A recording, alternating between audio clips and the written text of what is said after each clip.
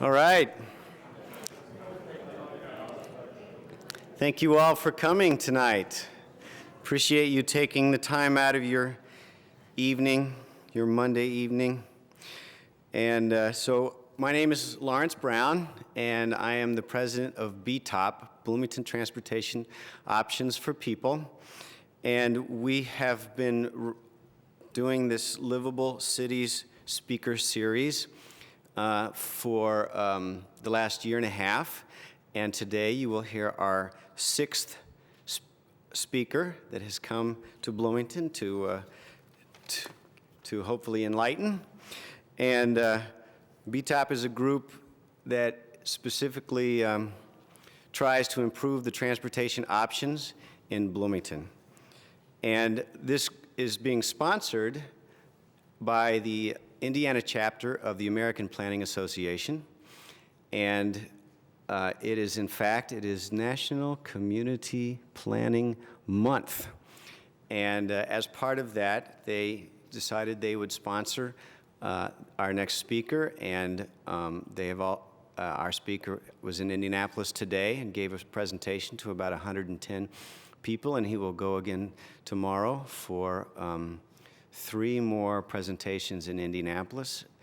And so we're bringing a lot of information to Indiana.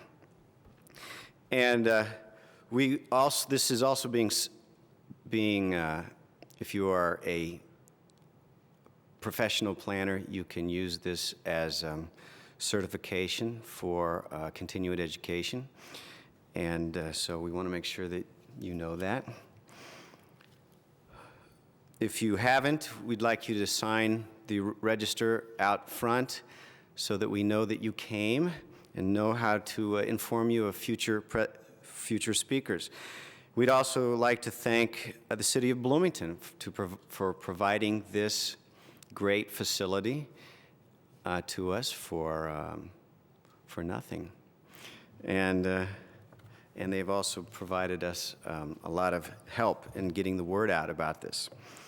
So again, this is our 6th speaker. We have had Donald Shoup, the parking professor, Lawrence Frank, who ties public health to the built environment. We had Chris Klicka, who is the executive director of the Indiana High-Speed Rail Association. Michael Lewin, a professor at Florida Coastal, a law professor who has written numerous articles about the laws that create sprawl. We have had Dr. Norman Garrick, who is an engineering professor at UConn as well, and he is involved in the Congress for New Urbanism and in a new document that we hope we can adopt someday in Bloomington that is written in cooperation with the Institute of Transportation Engineers, and it is a design standard for streets and how to build streets for pedestrians. After today's talk, we will have a speaker on transportation, Dr. Robert Cervero. He's a professor at Berkeley, and he is also a practitioner of planning at the City of Berkeley. But his expertise is transit, and he's actually nationally kind of really the national top person on transit study, and he's written the book The Transit Metropolis, and he's also an avid writer for planning journals. He's coming November 29th, 7 p.m. at this same room.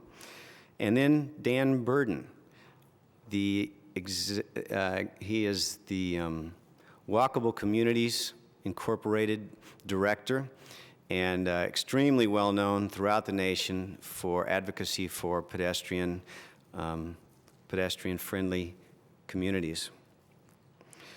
So to introduce our speaker today, our speaker is Dom Nozzi. Dom is a certified planner. He has a bachelor's degree in environmental science and a master's degree in planning from Florida State. He has been an associate planner and senior planner for the city of Gainesville since 19 86, and briefly the growth rate control planner for Boulder, Colorado. He has authored several environmental, transportation, and urban design plans and regulations for Gainesville. He's in Who's Who for the South and Southwest. His most recent book is The Road to Ruin, An Introduction to Sprawl and How to Cure It. He is working on a second book about transportation planning, cities, and the quality of life, and it is tentatively titled, The Car is the Enemy of the City. And that's expected to come out in the next year. So with no further ado, let me introduce Dom Nozzi.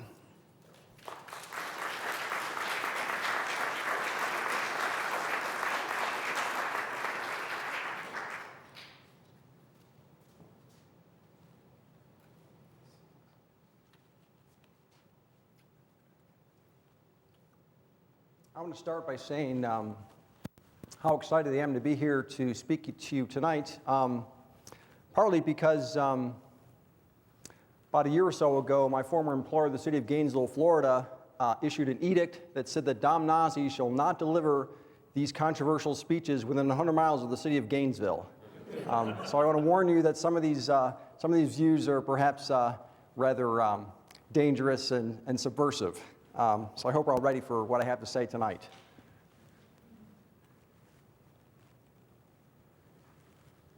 Okay, to start off, transportation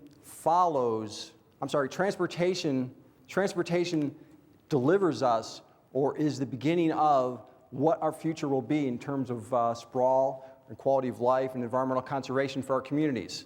Okay, so when we establish our transportation plans and we lay our transportation system out in our community, we're essentially locking ourselves into a future of suburban sprawl or compact development. We're locking ourselves into a quality of life and a level of environmental conservation. It all starts with transportation. A lot of people will argue that transportation follows land uses, that transportation is trying to accommodate the land uses decided upon. I largely believe that that's a nonsense position, that it's very important for us to know that transportation typically drives and determines land use, quality of life, and environmental conservation. I hope to demonstrate that tonight. Let's see, we have a problem here with the... Do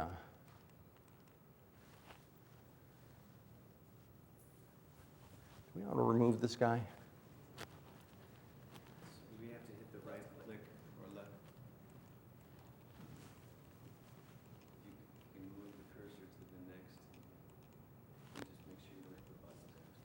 It's a left click response. Okay. All right. Roll it down. I don't seem to be active. Ah.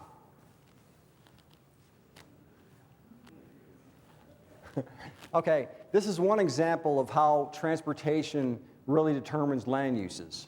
Okay, when you design a street for a modest speed, a low-speed street, 20 miles an hour, a shopping type street, but a street where you're driving to rather than driving through, okay, a low-speed design street delivers a certain kind of character. You've got a relatively large field of vision as a motorist. What ends up happening is you're more attentive, you're driving more safely and carefully at lower speeds. Therefore, building ornamentation is more relevant. It's more to be expected on a low-speed street because it makes sense, because motorists are better able to see the ornamentation, so building ornamentation tends to be more common on low-speed street systems. Okay, and you also tend to have more pedestrian activity because pedestrians tend to enjoy the safer, calmer experience of a low-speed street. Okay, these are the kinds of things you can expect in a low-speed design. As you start increasing your design speed for your street, you increasingly start seeing had a problem here, I guess.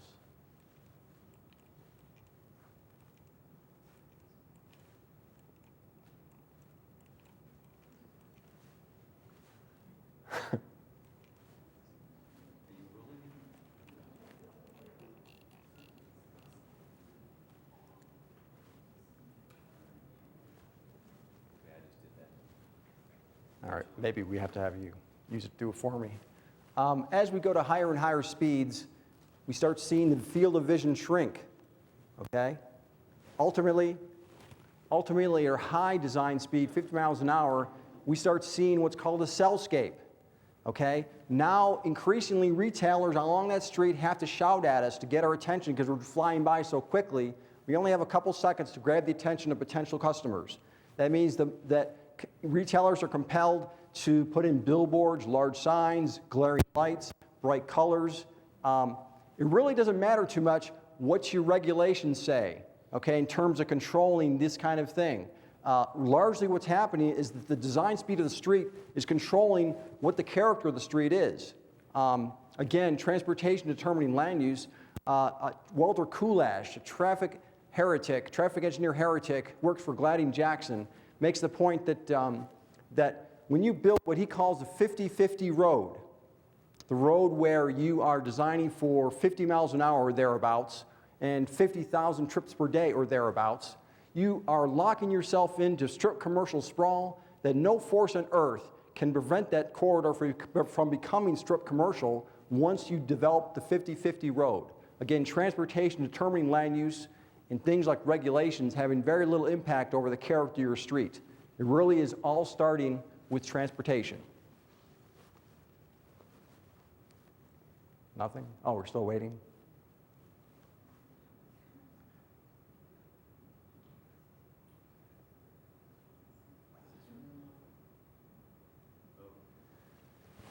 I learned something very surprising a while back. About 100 years ago, developers were looked upon as gods. They were admired. They were heroes of our communities. Almost every time a developer came in and proposed new development in our community, there was great celebration. People were really looking forward to it because almost always when new development came in about 100 years ago, more perhaps, we knew that it was typically going to be improving our community. It was going to be helpful to our quality of life. And so developers were godlike. They were heroes for our communities. And we had scenes like this. When we developed, we see developers come in for a ribbon cutting. We had scenes like this. Many people from the community would come out to celebrate the great new building coming, right? You know, just a fantastic community outpouring of support for the development. And of course, today, perhaps nothing can be more different. Developers are seen as evil black hats. They're bad guys. We have, in fact, are seeing the emergence of what I call a NIMBY epidemic.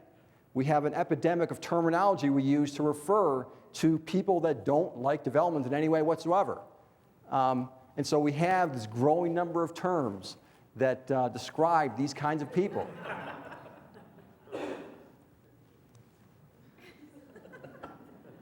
And my personal favorite is the last one, okay? The last one is my personal favorite.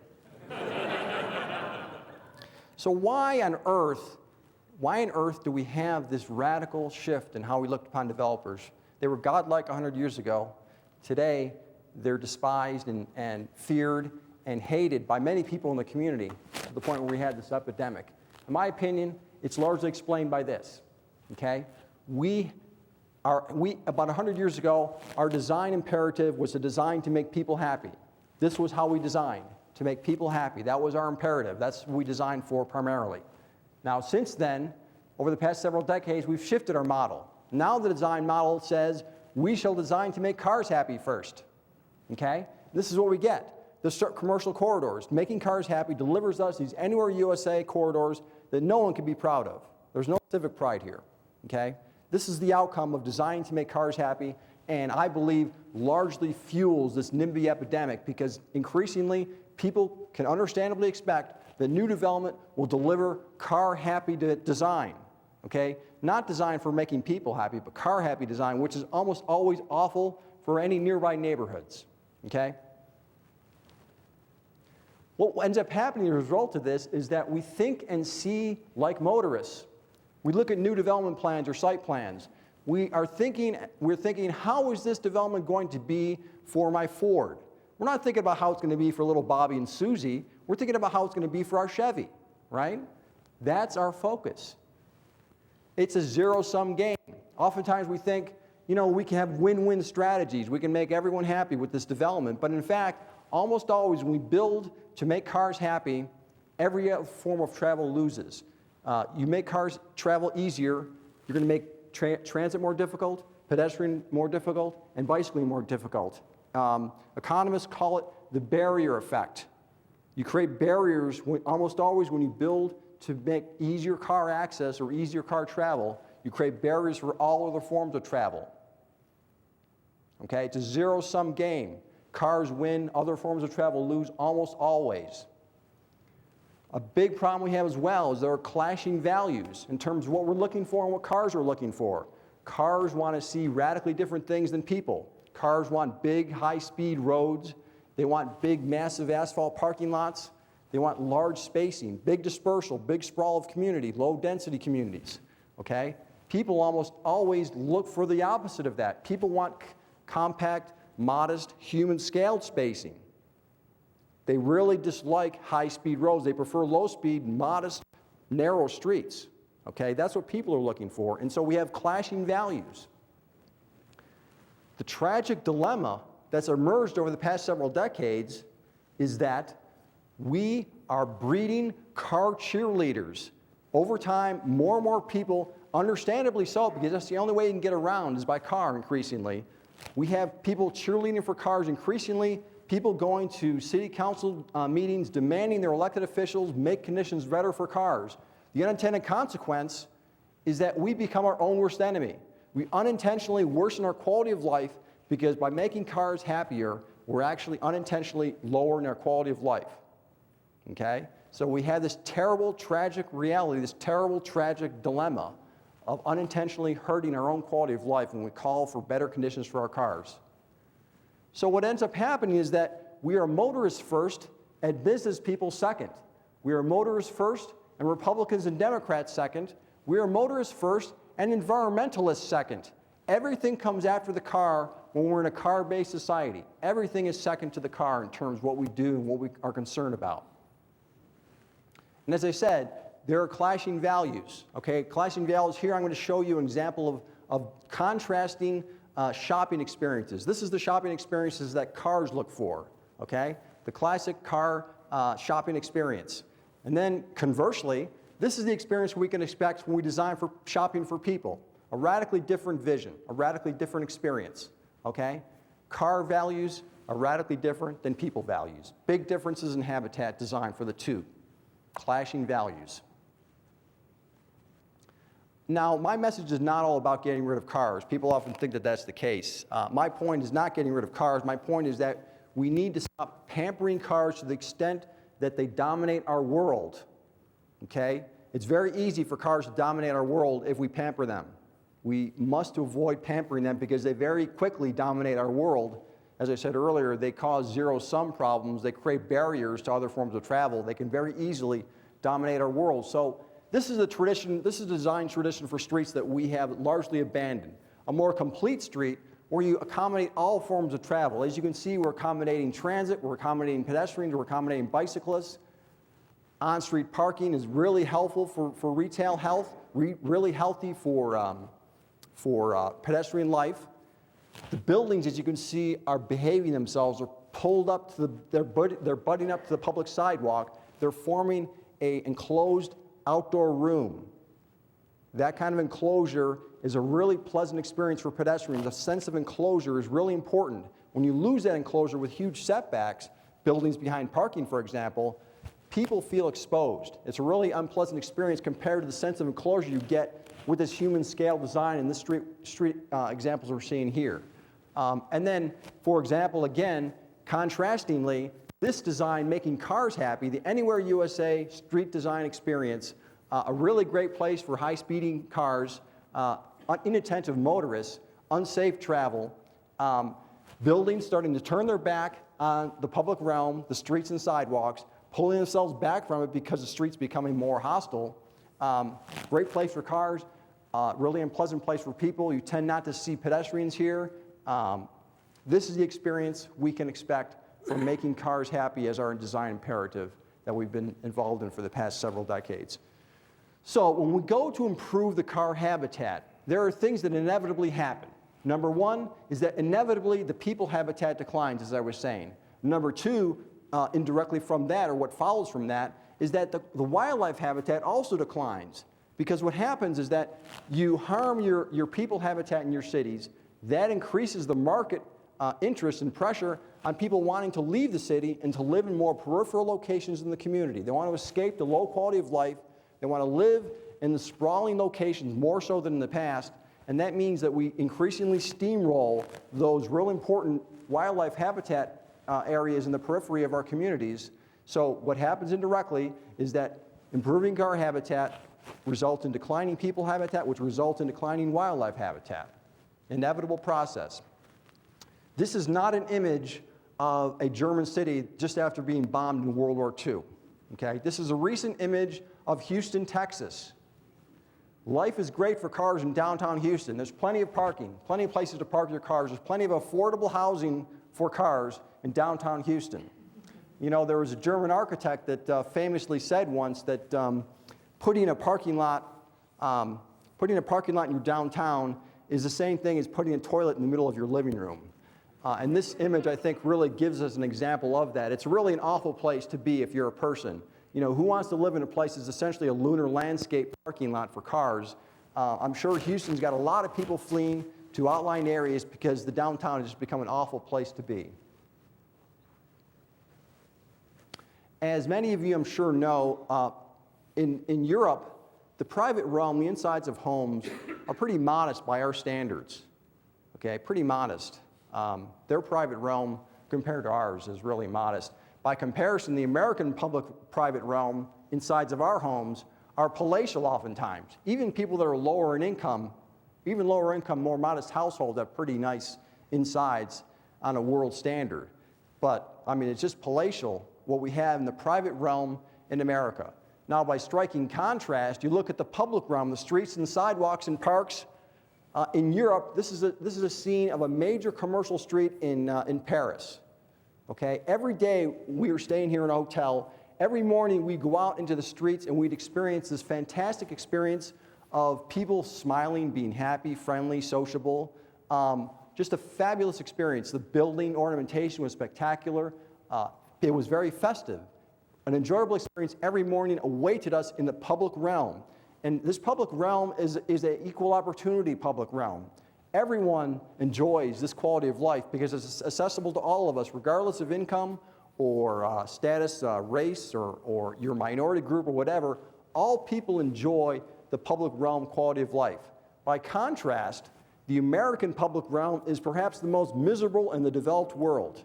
Okay, this is the experience that we almost always have in our public realm in America. The streets, sidewalks, and parks are awful. People are fleeing from this. As anywhere USA, strip commercial design is just engulfing so many cities, leading to a huge decline in civic pride, and we flee from it, understandably. Okay, we start cocooning away from the public realm. We turn our backs to it, and we are missing something. I guess we'll just have to go without that. There's an image inside that sprawl, but it's not going to come up. We'll leave it. This is the traditional residential design pattern that we have abandoned since World War II. This happens to be my house, the house I used to own in Gainesville, Florida. It shows fairly well the walkable design that we've abandoned over the past several decades. What you'll see in this design is you'll see that the house is at a conversational distance from the public realm, the sidewalk. Easy to talk to people on the sidewalk and vice versa. Okay, people walking by on the sidewalk can interact with people on the porch. The house is close enough to give its energy to the public realm. It faces the public realm.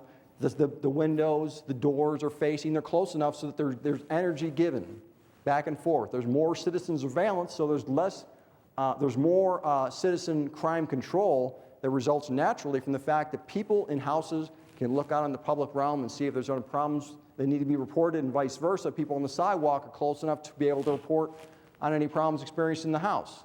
So there's citizen surveillance when you have this kind of traditional design.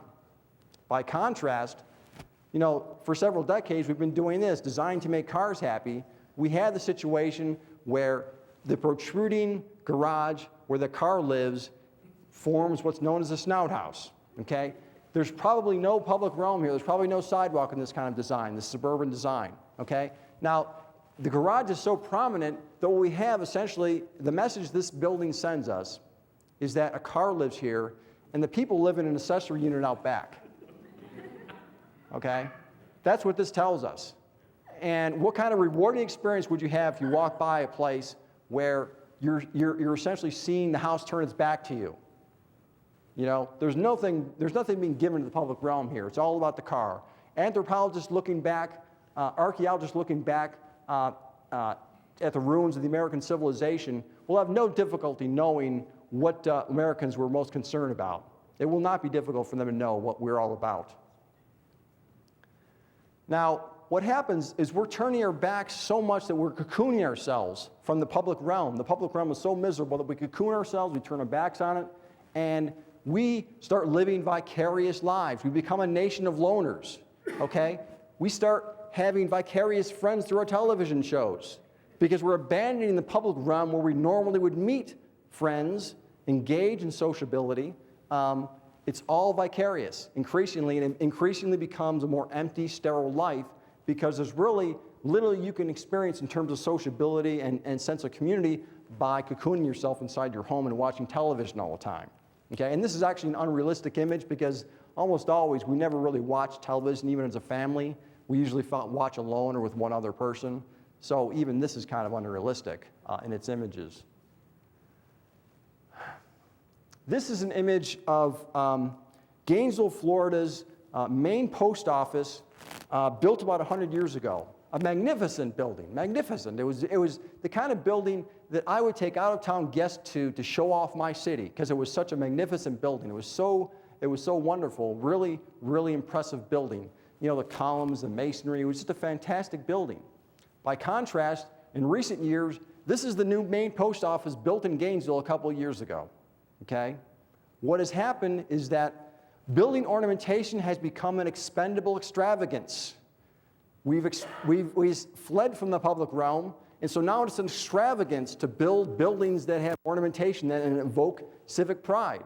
It's irrelevant to have the ornamentation, so we end up building things like this. What does this say about how much we respect our civic institutions? We build something like this compared to what we used to build 100 years ago, okay?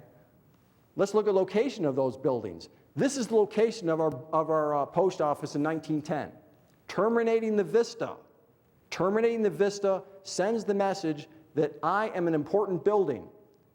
My government is important because I'm in a high visibility, important location, picturesque also, I might add, for tourists. But the termination of a vista sends the message that I'm important.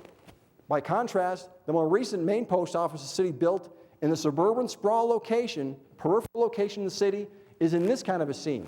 Okay, you can't even see the post office. It's in a hidden away location, the message being, you know, our civic institutions are trivial. We don't invest much in the way of pride or significance to our civic buildings. That's the message we get from our new post office location in Gainesville. The big issue for almost all of us is traffic congestion, right? That's the thing we almost always talk about and get most aggravated about. Real important for us when we start this conversation to know that trips have different values. There are different importance levels for different kinds of trips. We need to keep that in mind because we almost never keep that in mind. You know, at the one end, we have high-value trips, emergency trips to the hospital, our commute trips to work. Those are relatively high value. At the other end, the joy rides, the recreational drives, the impulse drives, those are relatively low value. You know, going to rent a video, driving across town and renting a video, those are low value, okay? The catastrophic, ruinous, unsustainable thing we've done over the past several decades is we've ignored the fact that their relative car trip values. We have spent hundreds of millions and billions of public dollars to assume that all those trips are equally high value. So we're spending all that public money to make sure that Bobby can drive across town at rush hour on a major street to rent a video. It's economically insane and totally unsustainable. But that is what we're doing, and we're bankrupting ourselves at all levels of government to make sure that Bobby can rent that video at rush hour. It's crazy, and we have to stop that. We have to acknowledge and design our streets to acknowledge the fact that there's differing values for different kinds of trips. Anthony Downs, an economist, really explains very clearly why, even in theory, we cannot build our way out of congestion. You know, you can't widen your way out of congestion. We always are saying that. We're always paying lip service to that. Anthony Downs says that even if you have infinite dollars, you cannot widen your way out of congestion. There are 3 things that inevitably happen when you, in this case, widen a road from 4 lanes to 6. First, you inevitably get the rush hour convergence when you widen. People converge back on rush hour because now the congested street is more free-flowing. So more people converge back on it who were previously avoiding it because of the congestion. They converge back on rush hour. They were driving at different times earlier. Now they're converging on rush hour again because now it's more free-flowing. Second form of convergence, inevitably, is that more people converge back on car travel. In the past with congestion, some people were saying, I'm not going to tolerate that, I'm going to walk or bicycle or use transit. Now with the widened road, they converge back on car travel. Also, the barrier effect means that the road widens, people are less able to walk or bicycle or use transit, so they're more compelled to use a car. So the second form of convergence that inevitably happens is that people converge back on more car travel. The third and final form of convergence is route change convergence. Some people avoided the congested road. They didn't tolerate it, and so they wanted to escape it by using different routes. But now with the widening, they converge back. Those people converge back on the newly widened road, and inevitably, you get the same level of congestion in fairly quickly to what you had before the widening. It's not possible to build a way out of congestion. I'll say that over and over again. So ultimately, what happens here, another way of looking at this, is that you have a congested 2-lane road. Okay? The default solution we always have for the congested road is to widen it. So we widen to a 4-lane road. What do we get? Almost overnight, we get a congested 4-lane road. All right? Then we widen again to avoid the congestion. We get a 6-lane congested road almost overnight. So when we widen, we're not essentially escaping congestion by widening. All we're really doing is saying, what form of, what flavor of congestion do you want? Do you want the 2-lane congestion flavor, the 4-lane congestion flavor, or the 6-lane congestion flavor? That's the only question we're answering when we decide when we widen the road to try to escape congestion. We're not escaping it, we're just deciding what flavor of congestion we want. How about 10 lanes? 10 lanes allow us to escape congestion? Apparently not. You know, we have, for several decades, failed to learn the lesson that we can't build our way out of congestion. We try over and over again. We spend hundreds of billions of public dollars to bankrupt ourselves, not learning the lesson that we can't build our way out of congestion. We simply cannot seem to learn the lesson. We are destroying ourselves. We're bankrupting ourselves. You know, recently, Atlanta, Georgia, has talked seriously about wanting to go to 23 lanes with their interstate.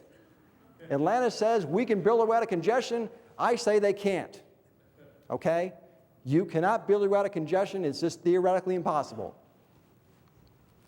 There is a concept that's very important, travel time budget. Okay? Cross-culturally and throughout history, on average, people will travel about 1.1 hours to and from work or school or whatever they do on a daily basis, on average. Some do more, some do less, but on average, 1.1 hours is the amount of travel time we allocate on a daily basis. You know, even back in the Stone Age, when people were hunting for mastodon, they had the travel time budget at 1.1 hours, apparently. So we're apparently hardwired as a species to have this travel time budget. What this means, importantly for us tonight, is that with a slow-speed walking type of transportation system, for example, people live closer as a community. The community is more compact because the community needs to be within the 1.1 hour equilibrium point for travel. As the system speeds up, as the community's transportation speeds up with things like bigger highways, people live further away. There's more sprawl. People are getting back to the equilibrium of 1.1 hours. Again, transportation driving sprawl. Travel time budget is a very important concept that we should keep in mind. Is that round trip or? That's round trip, there and back. So, what we end up with, again, another way of illustrating this concept, a 2-lane community largely based on 2-lane roads will largely have whatever, you know, abstract size community. As we start widening to 4 lanes, we start moving more into a 4-lane type community. Again, we're not escaping sprawl, congestion. What we're doing is we're saying we're going to be a bigger community. That's all we're doing with building bigger roads. And again, going to 6 lanes, we're not escaping congestion by building 6-lane roads in our community. We're just building a bigger community because people are getting back to that 1.1 hour travel time budget. Okay? The equilibrium point is growing as we build bigger and bigger roads. Crucial to keep this in mind. Congestion regulates itself. Okay? Congestion does not get infinitely worse if we don't widen.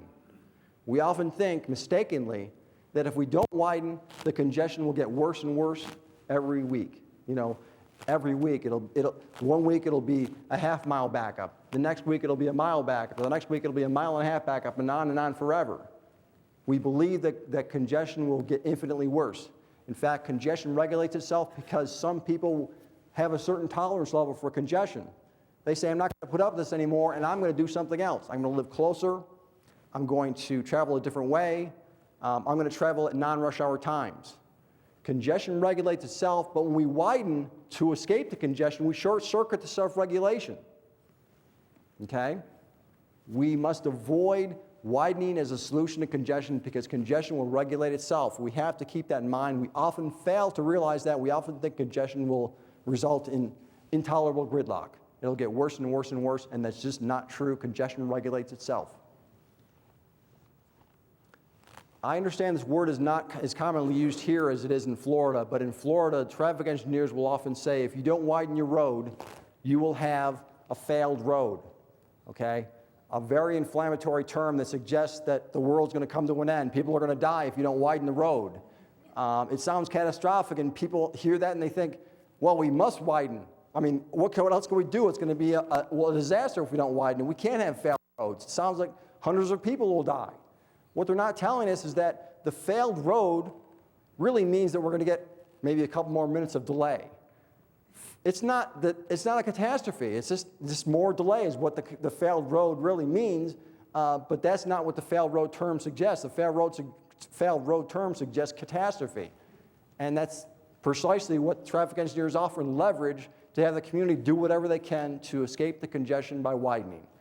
We'll have failed road if we don't widen. So be very careful if that kind of term is used. One thing that I tend to say more and more in public, I tended not to say much in public in the past, is that in cities, traffic congestion is our friend. There are a lot of things that inevitably happen with congestion that are good for us as a community, that people respond to congestion in ways that are good for the community. And I'll give you an example, several examples of why that's the case. First, with congestion, some people are more willing to live in mixed-use, compact, higher-density development, in-town development. They're more willing to do that because they want to escape some of the congestion, so we see more people that want to live that way, which is good for the community. We have less sprawl with traffic congestion because now, with congestion, you have what's called a time tax. People have to pay a time tax in congestion. They have to get delayed. They're paying with their time. Time tax means people need to live closer to get back to that 1.1 hour travel time budget. So traffic congestion results in less sprawl.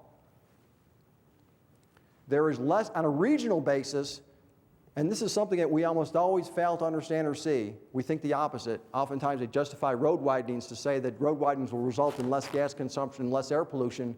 On a regional basis, road widening causes more air pollution and more gasoline consumption.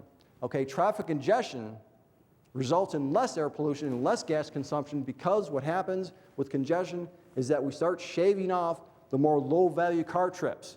Okay, the bobbies are doing less travels to the video stores to rent the videos in congestion. And so the low-value trips start going away. Overall, on the regional basis, you have less gas consumption, less air pollution as a result of congestion. So it's really not the case that congestion on a regional basis causes more air pollution and more gasoline consumption. So be very careful about that argument. One of the biggest sources, if not the biggest source of noise pollution in cities is car travel. Okay, a huge problem in cities and quality of life is noise pollution, and the biggest source almost always is car travel. As cars move faster, there's much more noise pollution. Traffic congestion slows down car speeds, therefore results in less noise pollution in cities. Traffic congestion also reduces the severity of car crashes. At lower speeds, the car crashes are less severe. We also, as I said earlier, we also tend to see better transit, bicycle, and walking facilities, partly because the level of citizen discontent rises dramatically with traffic congestion. People can't stand it. They go screaming and yelling at their elected officials, saying they must do something. One of the things that's often done, especially in bigger cities with a lot of congestion, is they start building better facilities, transit facilities, bicycle facilities, and walking facilities to respond to the congestion. So the congestion, again, delivering something beneficial for our community. Another beneficial aspect is that there is more non-car travel with congestion, because that's one way to escape congestion is to escape your car. Again, a benefit of congestion. More healthy housing and local retail. Okay? Large big box retail benefits from a lack of congestion because they need to serve a regional consumer shed. Congestion makes it more difficult. Congestion is better for compact, higher density, infill residential development, which is beneficial to small, locally owned businesses. Okay? Also, housing, of course, is going to be improved with congestion because now there's less likely a desire to flee the city. There's more of a desire to come in and live closer in town, higher density residential to cope with the congestion. So housing actually improves with congestion. This is a concept that I really try to emphasize in my forthcoming book, the crucial importance of controlling size for quality of life for a city. Very, very important that we control size for quality of life. David Money agrees and makes that point. It's essential for urban designers to control size for quality of life. It's really the key way for us to have a quality human habitat in cities is to control size. This is a series of images that helps us to understand the size problem. This is what 40 people on bicycles and on foot walking on the sidewalk look like. 40 people on bicycles and on foot. This is what 40 people look like on a bus. This is 40 people sitting in chairs. And this is 40 people in cars. Okay? Complete gridlock. I want to dwell on this for a few minutes. There are some important issues here. First of all, it really puzzles me as a city planner to often hear people say that the density proposed to this project is intolerably high. It's crazy. It's too many people. It's just awful. It'll cause all kinds of problems. This density is way, way too high. And it puzzles me because when I go to Europe, I see densities that are much higher than what's proposed here in America. And the development's often quite nice, quite pleasant. And so I'm thinking to myself, why is there such huge, huge opposition to even low densities here in America? I think these images help us understand that. All right? What's happening is that it's not so much that we have too many people, it's that we have too many people in cars. Now, on average, a person sitting in a car takes up 17 times as much space as a person sitting in a chair. That's an enormous consumption of land. About 300 square feet of land is needed for a parking space. That's a lot of city land to be providing for each individual in a car. A lot of land, a huge amount of space consumption by cars. The gigantism disease is a disease that I believe is really one of the most powerful ways in which cities in America are dying. The gigantism disease is more than anything else, I think, destroying human habitat, quality human habitat. And let's see some examples of what I mean by gigantism. Cars consume so much space that they're creating these massive structures that dwarf us as humans. We feel like little tiny ants and insignificant specks of life when we stand up next to these monstrous facilities being used to accommodate the big cars. Okay, just massive, massive gigantism problems that are destroying the human habitat. Okay, you know, and I'll say one thing about this too, is that as we expand the car habitat, the human habitat shrinks.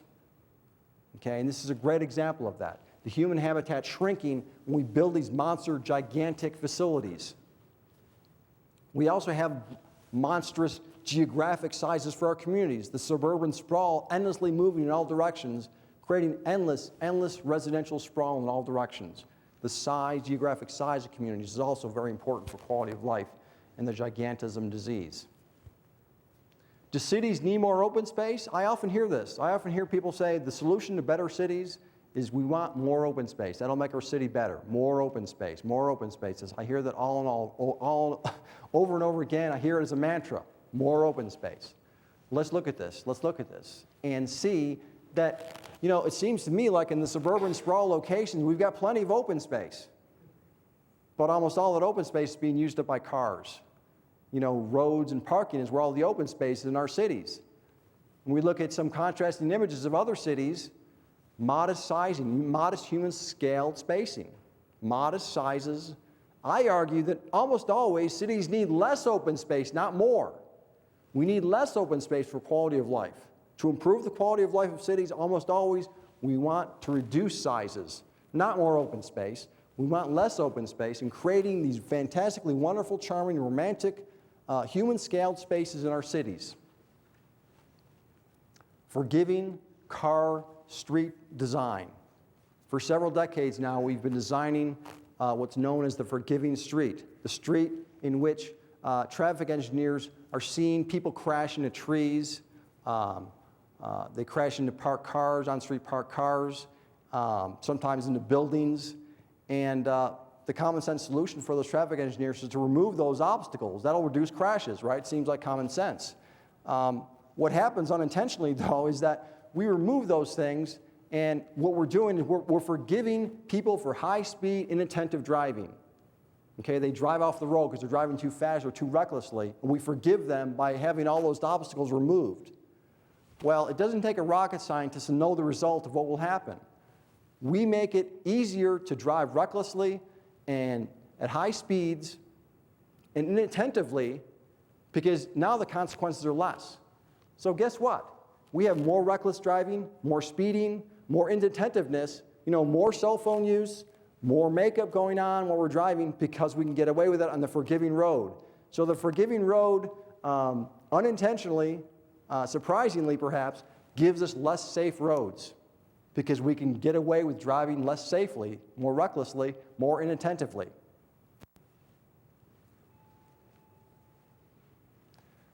The forgiving road also creates a false sense of security. We think we can get away with driving without paying attention or driving at high speeds, and so we do. We have a false sense of security that we are immune to crashes, more so than in the past. It also breeds lower skilled driving skills. Our driving skills are declining in America because of the forgiving road paradigm. People are less skilled in driving because they need less skills to drive without crashing, so they can pay attention less, they are less skilled, and there's a downward spiral in American driving skills. Important for us to contrast between fire safety and life safety. Oftentimes, fire engineers will say, we need wider roads because we want to have quicker response times to fires to save lives in fires. Well, studies show that the number of injuries and deaths that are caused by car crashes is much higher than the number of injuries and deaths from fires. So what happens is that we widen roads to increase fire response times to save lives. We actually see a net reduction overall in community injuries and deaths because now more people on the wider, higher speed roads are getting into car crashes causing injuries and deaths than are being saved by faster response times by fires, by fire trucks getting to fires faster. That's overwhelmed by the increase in crashes and deaths caused by wider, higher speed roads. So it's crucial that we keep in mind that the community focus needs to be on the broader umbrella of life safety and not the small subset of fire safety if we want as an objective to reduce overall deaths and injuries in our communities. Life safety is more encompassing and oftentimes means that we're not going to want to widen the roads because we need to maximize our health and safety, and the big way to do that in most cases is to keep our roads modest in size, keep our streets low speed, keep attentive motorist driving behavior. This is an example of the forgiving street paradigm. This is what we see almost always. This is what's delivered to us in the forgiving street design. The big wide roads, the big forgiving high speed roads, encouraging a lot of inattentive driving, very unsafe place to be despite what we thought initially when we built these kinds of roads for more safety. So what I argue for is we need to design roads to obligate attentiveness. Attentive roads is the road to better design safety. Better safety with more attentiveness. Don't forgive people for driving recklessly or too high speed. Okay?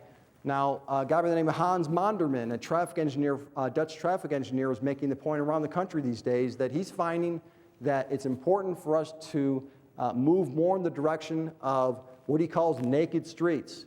He believes naked streets are more safe. One way he does that is he says, let's remove some of these cautionary signs we have on the sides of roads that are giving us a false sense of security. He says that the cautionary signs need to be removed to give the motorist more of a need to pay attention and drive slower, to not create this sense that things are going to be forgiven, or that things are under control and safety is being watched out for. The signs deliver that kind of message. So he recommends that we remove the clutter of safety signs. He also recommends, by the way, that we start removing the striping on streets. We start removing things like traffic signals, crosswalks. He argues that those things are all reducing motorist attentiveness. And to have better safety, you want more motorist attentiveness. And safety features on roads actually reduce motorist attentiveness, which increases safety problems. Instead, we need more in the way of traffic calming and street friction. We need to obligate motorists to drive more slowly and therefore more attentively. They have to pay attention more so than the forgiving design. They're forced to pay attention because the road is more constrained, it's more narrow, there's more friction, and the motorist has to pay attention much more so, therefore more safety. Now, one of the things that's really bothered me in recent years is I've really come to find that despite all I believed in grad school, public sector planners like myself are really part of the problem. And I'm really tired of being part of the problem, and a lot of it is just that the local land development regulations that I'm asked to implement or enforce as a city planner are actually in opposition to smart growth. Just on and on, a huge number of ways in which land development regulations for almost all communities have a large set of things that are in opposition to smart growth. You know, I mean, we have met the enemy, and he or she is us.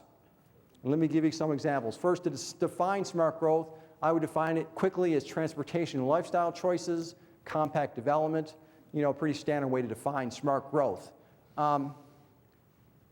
The conventional wisdom says that developers are the ones that oppose smart growth. They're the bad guys. They oppose smart growth. It's the government that we need to enforce smart growth, right? Well, guess what? Sometimes, or increasingly, developers get it. And what happens? They often find that they want to do smart growth, and there are all these regulations that are standing in their way. They can't do the smart growth because the local government regulations are saying you can't do the smart growth stuff. We're going to stop you. And it's astonishing to me as a city planner. You know, I thought to myself, you know, I'm in a position, I'm a public sector planner, I'm a public servant. My job is to improve the community quality of life, and yet here I am trying to stop this guy who wants to do what I can see is smart growth. The regulations insist that I do that. It's just unbelievable. And so these are some examples of ways in which communities commonly will be opposed or an obstacle to smart growth.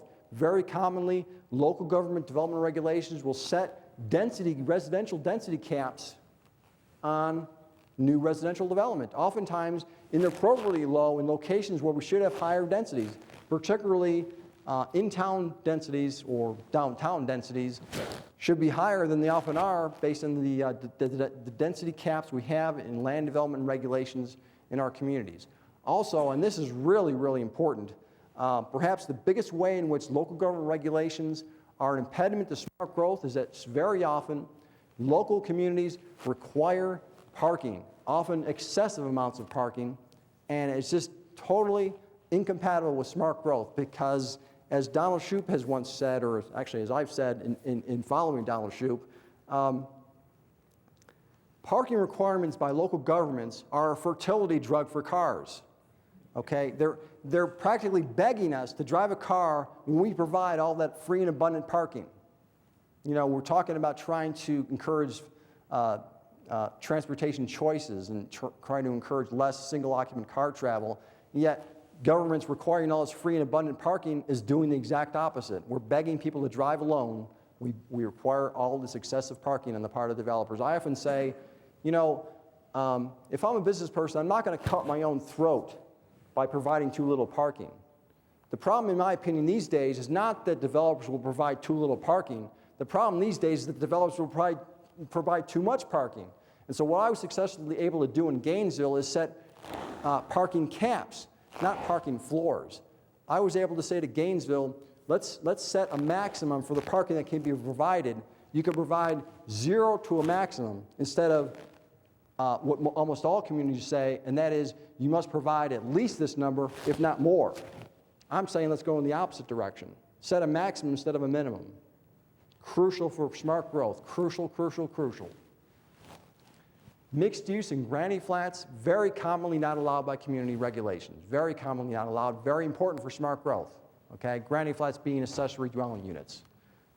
Very important, very commonly not allowed. Oftentimes, big and dangerous roads are required by our regulations, by our standards, by our traffic engineers. In fact, the much more charming, safer, romantic, walkable, narrow streets are almost impossible to do based on regulations, based on standards. They're often illegal. Smart growth is opposed by our road standards as well. Another form of walkability improvements is to see the creation of smaller, narrower lots. The more doors and windows you have, especially the more doors you have, the more vibrant and active your sidewalks are, because there's more energy being given to the sidewalk with more doors. So your narrower lots actually create more activated sidewalks. Oftentimes, government regulations say you must have a minimum of certain residential lot width, which often is pretty wide. And developers coming in wanting to say they want more narrow, more affordable lots are not able to do so because of local government regulations. Small setbacks are very commonly not allowed by local governments. You know, local governments say you must set back at least 30 feet back from the public right-of-way. And oftentimes, or sometimes, developers who get it want to be closer. They're not allowed to. Closer means more walkable, more smart growth design. In fact, what I was able to do to some extent in Gainesville was say, let's do the reverse. Let's say we have a build-to line instead of a setback line. You must build up to this line. You can't be further back than this line. You must be this close or closer, instead of you must be this far back or further. Oftentimes, public sector school board standards say schools must have large ball fields. Okay, it's often a nationally based standard. What that often means is that you can't fit minimum-sized schools in neighborhood-based. You cannot have neighborhood-based schools because there's such a big requirement for big ball fields in the public schools, and so we're actually unintentionally chasing public schools out of neighborhoods because neighborhoods often can't fit in those larger-sized lots needed for the ball fields. Storm basins also create a similar problem with walkability in the sense that storm basins are often inappropriately located in front of buildings or at intersections, which really reduces walkability. Location of storm basins is really important for us to be careful about to create more walkable design for our sites. A big problem that Florida has is we require in our growth management laws that there be concurrency for things like parks and sewers, and most importantly, roads. Road concurrency is perhaps the only concurrency measure that matters in Florida. What we've done is we've essentially said that our growth management laws, despite our intentions, our growth management laws are going to powerfully fuel suburban sprawl because road concurrency says your new development must be concurrent with road capacity. If your new development is going to give us new car trips that reduce our road capacity or reduce our free-flowing traffic conditions or increase congestion, if you don't have capacity on roads concurrent with your new development, we're not going to allow you. Well, guess what? Almost all of our available road capacity is in sprawl locations. It's not downtown, it's in sprawl locations. And so what the road concurrency rule says is we're going to encourage you to be in sprawl locations because that's where you find the road concurrency. So Florida growth management laws is a powerful force for promoting suburban sprawl. In fact, a lot of cities like Gainesville have to get special permission from the state of Florida to exempt ourselves from road concurrency to promote compact development and discourage sprawl. We have to exempt ourselves from road concurrency. So this is a big problem. This is a story about three friends, Billy, Bobby, and Jeff. Billy lives about 150 feet as the crow flies from his friends Jeff and Bobby. Okay, but if he wants to go visit his friends, he's often, in today's world, he's often going to have to face no trespassing signs or razor wire or fencing or even moats filled with crocodiles, right? I mean, he's probably not going to be able to walk directly to see his friend. In fact, what often has to happen is that Billy's going to have to, use the road system to get to his friend Bobby. He'll have to go up to approximately, I think it's a half mile in this case, to go see his friend Bobby. Well, if he wants to go see his friend Jeff, it's much, much worse. Then he's got to get out on these peripheral roads to the left and then top of the screen, then coming down to see his friend. Oh, thanks. That'll be very helpful. Yeah, he's going to come down over on that diagonal road. These are high-speed, high-capacity roads, by the way, very dangerous high-speed roads. These are arterials. Okay, the trip to see his friend Jeff is 1.5 miles. Okay, how many parents here are going to want to have their kid ride a bicycle on those high-speed arterials to go see his friend Jeff 1.5 miles away? Probably no one. So what ends up happening is that Bobby's mother becomes taxi driver mom. She becomes a taxi driver for her son Billy. Billy loses his travel independence in the disconnected cul-de-sac suburban street design. Okay, and they did a study in Vermont and Southern California, perhaps a poster child for sprawl, Southern California. They compare those two places. In Vermont, they found that kids are able to go to 3 times as many places on their own as the kids in Southern California. They found conversely, and probably correlation, they found that, on the other hand, the kids in Southern California compared to kids in Vermont watched 4 times as much television. They're much more likely to cocoon themselves in their houses, probably because they can't travel on their own. So they're stuck in their houses. Data on how much the kids weigh in Southern California? No, but I've seen some information like that, not with kids though. This is a schematic showing concept of connected streets. This first one is origin A, destination B, one route choice. This is the cul-de-sac pattern, one route choice, A to B. The second illustration is 2 choices from A to B. This next one is 3 choices, 3 route choices from A to B. And finally, 6 choices from A to B, okay? This is a traditional connected street grid of 10 by 10 roads from A to B. Can anyone here take a guess as to how many route choices you have between A and B in this diagram? Just call it out. Guesses as to how many route choices? 100? 50,000. Okay? There are, in fact, 184,000 route choices between A and B. 184,000. This is a very well-ventilated street pattern that we've abandoned. The connected grid street pattern is what we used to develop in our communities, and we've abandoned that. One of the results is traffic congestion, because 184,000 trip choices means that it's very, very difficult to congest this road pattern. There's a huge number of different choices you have if you face congestion. You have 183,999 other options if one of your routes is congested. Very well ventilated, very difficult to congest the connected street pattern. Unintended consequence of disconnecting your streets. As you go from the top of the diagrams to the bottom, you get more and more disconnection. Okay? On the right side, we see the results of these various levels of connectivity. At the highest level of connectivity, you can provide the most modest number of car travel lanes in your road pattern.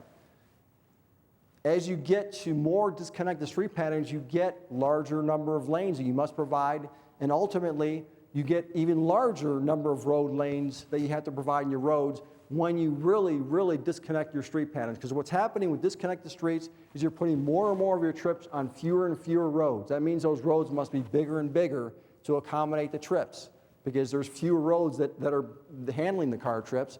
Therefore, an unintended consequence of disconnecting roads, building cul-de-sacs, is the roads must be bigger. The roads can be smaller if you have connected street patterns.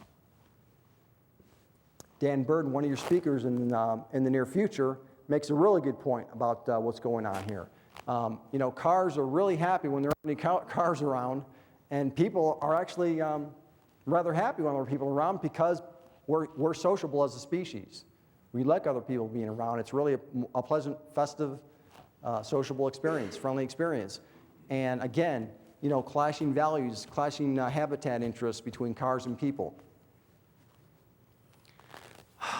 Parking, I'm going to dwell on this for a bit.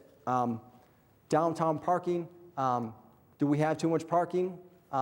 Too little parking is almost always what we believe.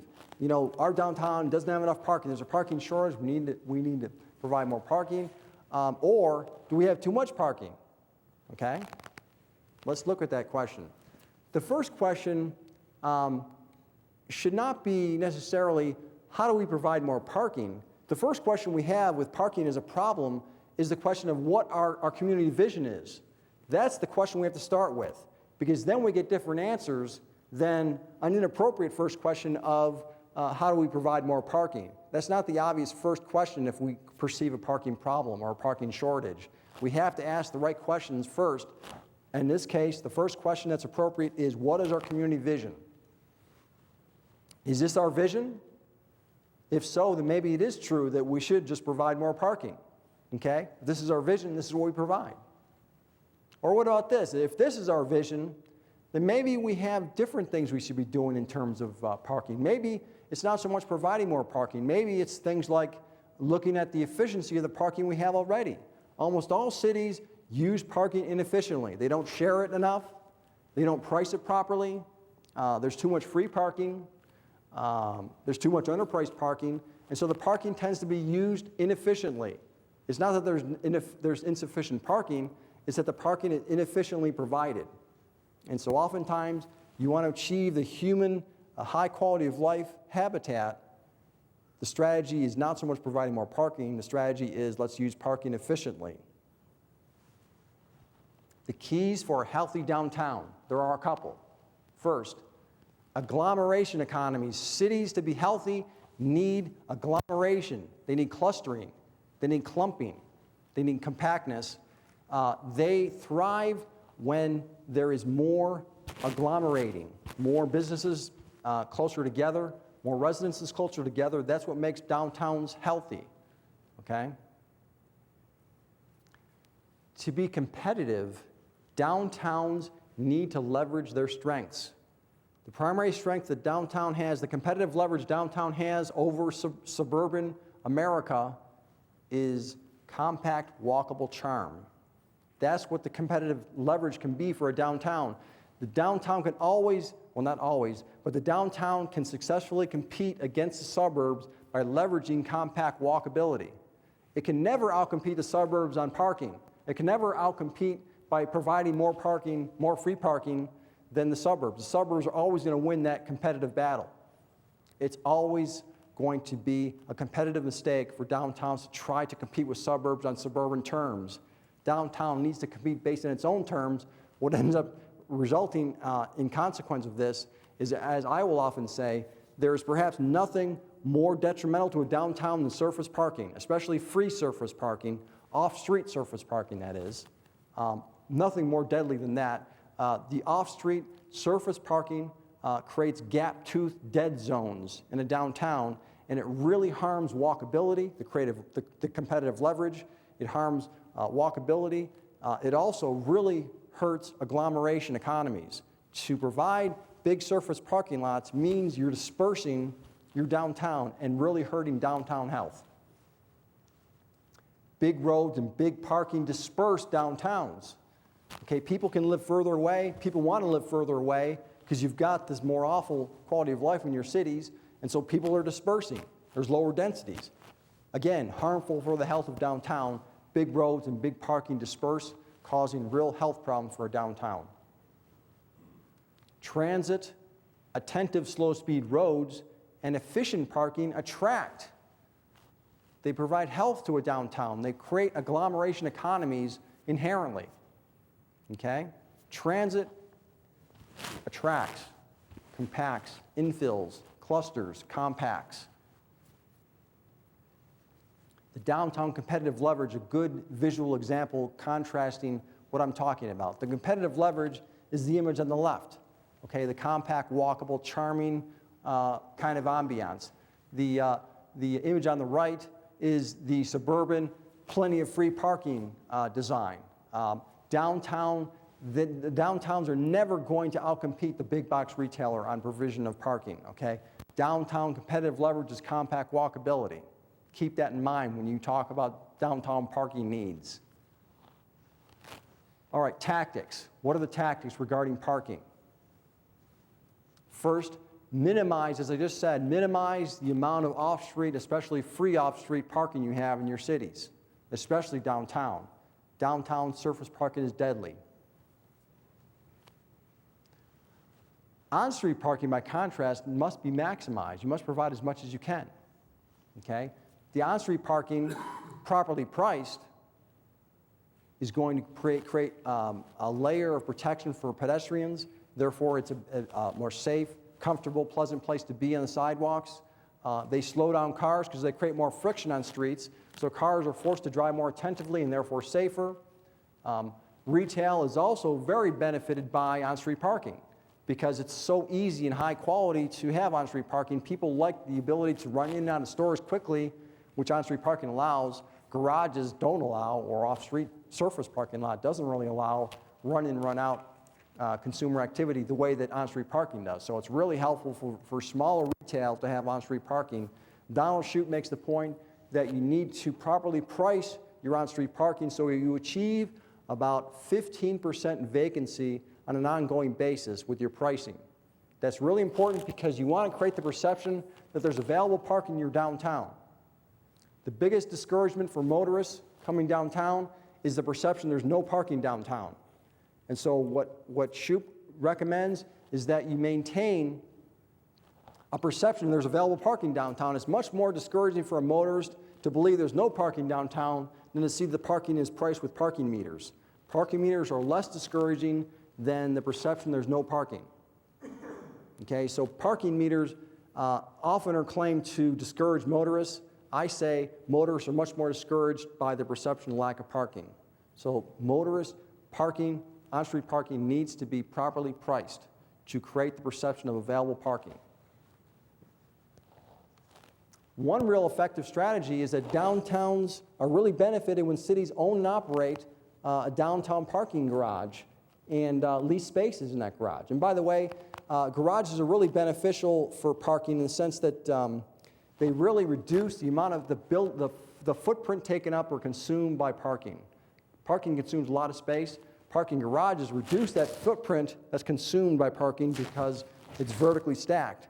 And so downtowns really benefit if parking has to be provided by having parking garages that stack the parking and therefore use less downtown space. Also very important that that garage be wrapped with active retail activity and residential activity so you have not a dead zone in your building, but a building that's active and alive. So you got to be sure that you wrap your parking with active uses, okay? Also, what this does is that it allows the city to provide a lot of shared parking. People can lease spaces and not have to build their own spaces. If they have a compact site, it's often going to be really costly for them to have to provide their own parking. This gives them an option to get the parking elsewhere instead of at their own site. Another way for developers who don't have much in the way of space for their downtown site is to pay a fee in lieu of the parking. Instead of providing the parking, they could pay a fee instead. Those revenues then go to the city government, where the city government uses those dollars to build its municipal parking garages or whatever is being provided by local government in terms of parking as a way to mitigate for the developer not providing their own parking. You have them pay a fee instead of forcing them to pay or having them provide what I'm calling detrimental parking on their own site, reducing walkability. Really important tactic when you have parking meters and getting parking meter revenue, it's really important tactically that the revenue be dedicated to downtown. Very often, the parking meter revenue is dispersed throughout the community. But if you dedicate it, as Donald Shoup would say, if you dedicate that revenue to downtown, you have a constituency of downtown businesses that say, yes, it's benefiting my business that this revenue is going to improve the streets and the landscaping and the streetscaping near my business. You're fixing things, you're cleaning things with that revenue. I therefore are now increasingly supportive of these parking meters, and I want more parking meters for my business and near my business because I could see it's benefiting us and not everyone in the city. So tactically, it's real important for you, if you want political support for parking meters, which I'm arguing are really important, that you make sure those revenues are dedicated to the downtown. Real important tactically to do that. You must exempt downtown parking for businesses. You must allow businesses downtown to expand without having to provide more parking. I purposely provided this illustration to give you a symbol of what America is doing to itself. This is one of the great historic sites in our history. This is the site where religious freedom documents were first signed in America. What is it today? What is one of the most important sites in American history today? A surface parking lot in Richmond, Virginia. What does that say about us? One of the most important sites in our history is now an asphalt parking lot. We really need to do what we can to have businesses downtown share their parking, because oftentimes they stagger in terms of what their parking needs are throughout the day. For example, a more obvious example is downtown church. Downtown church often doesn't need parking during the week, during the day. But downtown businesses often do. And so downtown nearby businesses should be able to share the parking with churches so that the parking is used more efficiently and not just used for the individual business itself. A lot of businesses, like movie theaters, only need parking at night, usually. And therefore, they can be sharing those spaces with nearby businesses during the day. Sharing parking is real important for minimizing the amount of parking provided downtown. Crucial, crucial, crucial. You must unbundle the price of parking from the price of the housing. Okay? We almost always insist that the price be bundled. That is, we provide housing and the parking is included in that price. We don't give people the choice of saying, you can have this housing unit for less money if you agree not to have parking or not to have 2 spaces, you only want 1 space, we're going to charge you less for this housing. We don't give you that choice usually. Instead, we say you must pay more for all this parking we provide. We're bundling the parking into the price of this housing. And so therefore, by bundling, we actually reduce housing affordability because the housing price includes that for the price of the housing, and it's much more progressive and much more in the way of affordable housing provided if you unbundle. If you say your housing can be provided without the cost of the parking, you can have the option of not opting for the parking. So unbundling the parking is a very helpful tool, very effective way to reduce excessive amounts of parking that people sometimes, especially poor people, often don't need as much as more wealthy people. But why do we require them to pay for that parking? What can downtowns that employ these tactics expect? First, revitalize and increased housing. Okay? You have more housing when you have better quality of life in your downtown because you've got less dead zones, less gap-toothed dead zones with all the surface parking that you no longer provide, and you've got better quality of life. Therefore, housing market is stronger in your downtown. It's a better place to be because you've got less asphalt lunar landscapes. You have improved retail because now it's less costly for you to have a retail shop. You don't have to provide as much parking, much less costly for you as a retailer if you don't have to provide as much parking. In fact, Shoup talks about how free parking is not really free. There's actually a high cost associated with free parking. The parking cost is often hidden in things like goods and services we buy. You know, the space provided by the business for parking is not free for that business person. It's going to be charged to you when you go buy a product or buy a service from that business. They're charging you more because of the price they had to pay for the parking. They charge you less if they don't have to provide as much parking space. And as I just said, you have more affordable prices if you don't require so much parking in the part of businesses.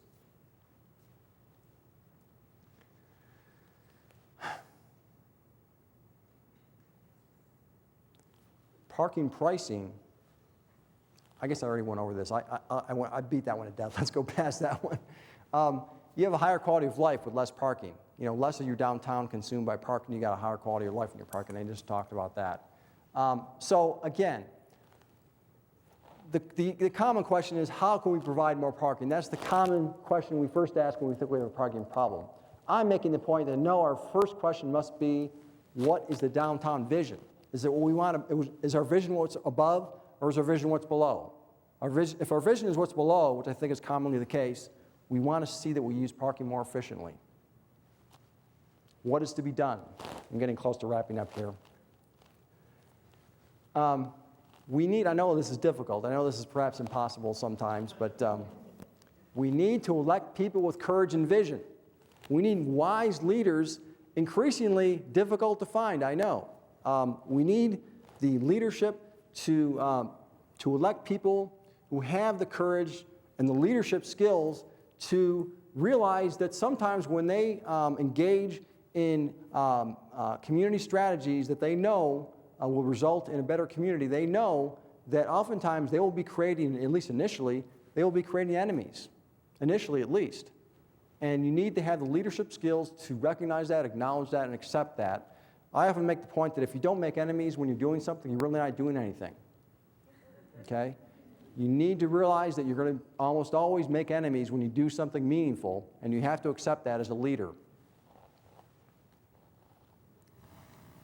As I said earlier, local government is often a big opponent to smart growth, perhaps unintentionally, largely through our land development codes. Oftentimes that means perhaps we should just throw out our land development code and start all over again. Or we should at least reform it to create more choices for housing and transportation, because oftentimes our code is a one-size-fits-all document for standards. We have to create more in the way of choices for housing and transportation. I just said this, I just made this point. We need people to understand, staff and elected officials need to understand that one size does not fit all. Too often our land development regulations are saying everything, every part of our community will be one lifestyle, one design. Suburban design is the only choice we're offering. It's a one-size-fits-all. It doesn't really provide us with choices, doesn't really provide equity. Really helpful that if we want to educate citizens effectively, we need to do what we can to create on-the-ground models of what we believe to be a smart growth. The smart growth models on the ground tells a lot of people that, hey, this is possible here. I could see with my own eyes it's possible here. People enjoy this and like this. Developers see this and say, hey, this is more profitable. I'm going to do this even if government doesn't require it with regulations. And once we achieve that, we're really making progress, because now we have self-perpetuating smart growth. Okay? Developers don't have to be forced to build smart growth if they can see it's more profitable to build smart growth. So if we build in our communities models of good smart growth projects, we are very powerfully educating citizens, elected officials, and developers in a very self-perpetuating, beneficial way. Very important that we do the models on the ground in our community so people can see it's possible. And what we also want to leverage is envy. We want people to envy the smart growth projects in our town and say, they look at it and they say, I want to live that way too. I'm envious of people who live that way. I want to live that way too, and I want that for myself and my family. We need to leverage envy, because too often in the past, what we're envying is the suburban sprawl lifestyle, you know, the American dream. We need to change that so the envy is directed more towards smart growth in town development that we're all pushing for. Fred Kent, with Project for Public Spaces, tells a really encouraging story. He talks about how he worked with the New Jersey DOT engineers a little while back, and he went to them and said, I want you engineers to design for me a street that's going to be safe for a mom and her child to cross the street. And he was blown away because they just gave him a tidal wave of fantastic, wonderful, progressive tactics for redesigning the street safely, they were giving them stuff like traffic calming and narrowing the street and all kinds of progressive designs that were magnificent. There were wonderful kinds of designs for effectively creating safe crossing for kids and mothers crossing the street. And he was really astonished. And the big message to him was that it's not so much that engineers don't understand the smart growth designs, it's just that they're not being given permission to recommend those designs. Oftentimes, there are elected officials or their supervisors are not giving them permission. What Fred Kent is saying is that if they're given permission, they know what to recommend. They just need to be given permission. And it probably starts back before giving staff permission. It probably goes back to elected officials being given permission by their constituents, the voting citizens.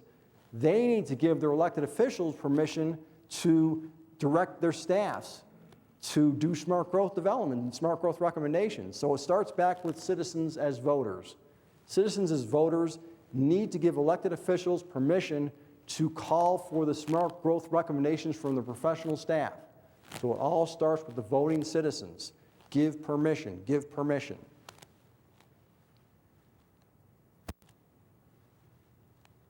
Again, you need to be willing to make enemies if you want to do something meaningful. You need to have the courage and leadership to be willing to make enemies. I know how difficult that is, but it's really important. It's not so much doing these things that I'm recommending, like road diets or whatever, and being really unique and on the cutting edge nationally. Really, what's increasingly happening is that there's so many communities that are doing the smart growth things now that it's more of a matter of jumping on the bandwagon. Not missing the boat is more of the concern the community should have now, that if you don't do these smart growth things, you're really falling behind a lot of other places in the community if you're not doing these things. So please think about jumping on the bandwagon to join so many other parts of the country and not thinking that you're really going out and doing it on your own. There are a lot of other places that are doing this, and it's really a bandwagon kind of thing. Persistence trumps brilliance. Very hard for people like me to accept this, but I think I have accepted this, that persuasive arguments, all the studies and data in the world are much less effective in persuading people than persistence. Persistence is much more likely to result in changes you want to see than being brilliant.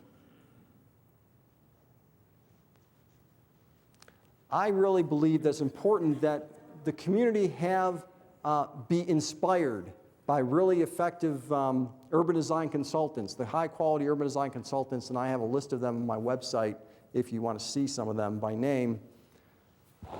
The quality urban design consultants will give the community the momentum and the inspiration to do the things that are really meaningful in terms of smart growth and a brighter future, with the ability to collect, gather, and condense and summarize and describe what the community's vision is with exciting drawings that can inspire people, drawings that are accessible to people that are not engineers or not planners, people that are not professionals, but people who can understand and get excited when they see the really wonderful drawings that they're calling for in their visions.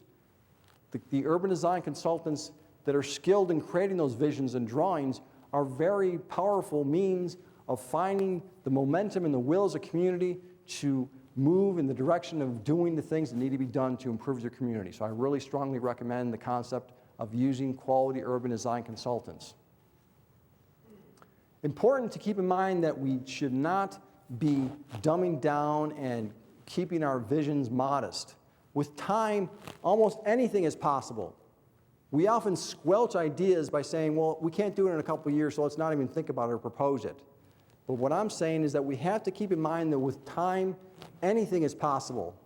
Let's not shrink our vision and make our visions modest and our plans really timid, because it doesn't have the power, as Daniel Burnham once said, it doesn't have the power to inspire men's hearts or minds. It is not really a powerful, persuasive mechanism the way big plans are.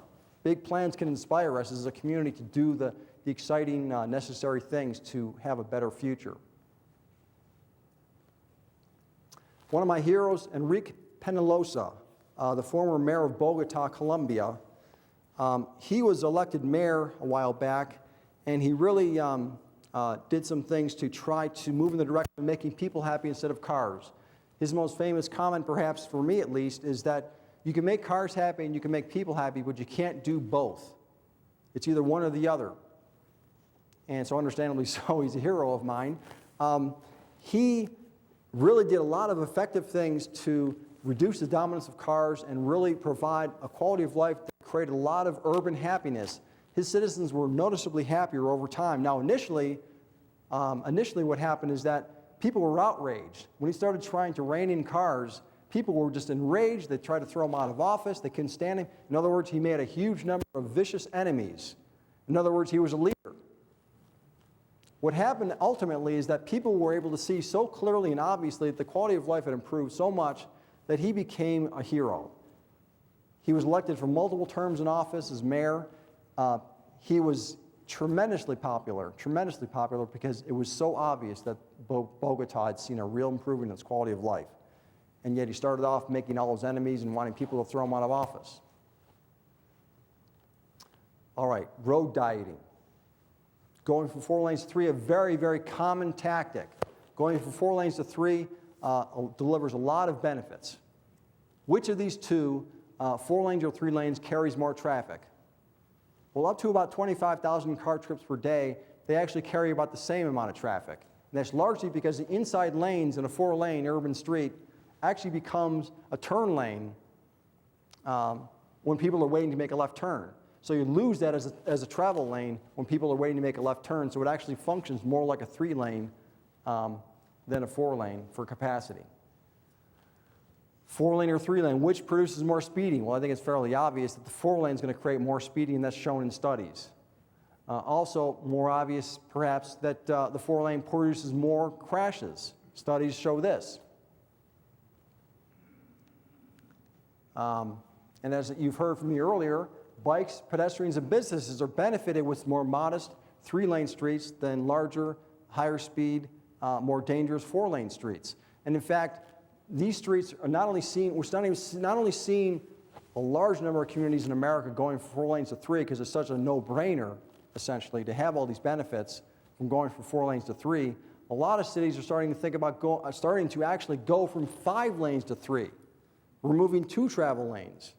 Okay, a really dramatic thing that's actually producing the same kinds of benefits, and so a growing number of cities are actually moving towards 5 to 3 road diets. One size fits all. I'll give you a schematic that illustrates this concept. Downtowns are typically best designed when they're more formal. There's more hardscaping, there's more walkability, there's more compactness, more density. As you move up the transect scale into more suburban locations in areas outside of your downtown, you get more curvilinear patterns. You get more car emphasis, more dispersal. Ultimately, in your top images, you have the rural habitat locations that are even more dispersed, the farm locations. Each of these transects have their own land development context standards that are appropriate for delivering high quality for each context zone. Okay? You must have a land development code that is context sensitive, that provides a different set of design regulations for one location, a different set for the middle location, a different set for the rural location. Rural, suburban, and urban all need their own sets of urban design regulations. One size does not fit all. We need to start thinking about transforming our communities to be less of a car-only, car-happy design, the very conventional commercial suburban sprawl design you see here, to transform it to something that's much more town building, much more likely to encourage walking, much higher quality of life. Cars not removed, but cars better behaved and attentive and slower speed with this kind of design. Okay? It's not all about cars here. Here we're saying that pedestrians are the design imperative. Okay? We're going to focus more on making people happy than making cars happy. We're also seeing a radical shift in how we approach things. Okay? In the past 50 years, these are the kinds of things we did. On-street parking removed, trees removed. We added more travel lanes for safety. growing growing intersections and removal of sidewalks. That's what we've been doing a lot of over the past 50 years. Now, the next 50 years, we're doing the opposite. Okay, in each of those categories, we're now starting to do the opposite. 180-degree shift in what we're doing. So, in closing, is this our vision? Where it's all about cars? There's no way to travel except by car. We have no real civic pride. A place where our peripheral natural areas are being steamrolled by suburban sprawl, by people fleeing this kind of awful quality of life. Is this our vision? Is this our future? Or is our future more like this? A future where we have transportation choices, housing choices, seniors and children have transportation independence, independence of travel.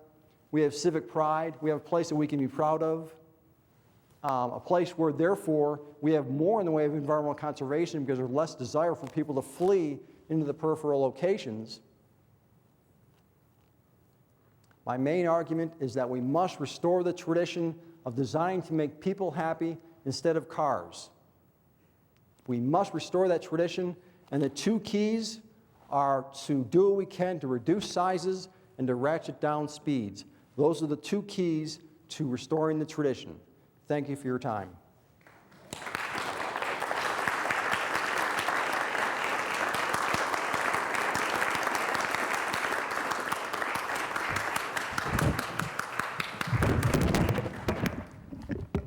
Thank you so much, Don. That was a really interesting talk. I wish all our streets and roads were designed as efficiently and intelligently as that PowerPoint.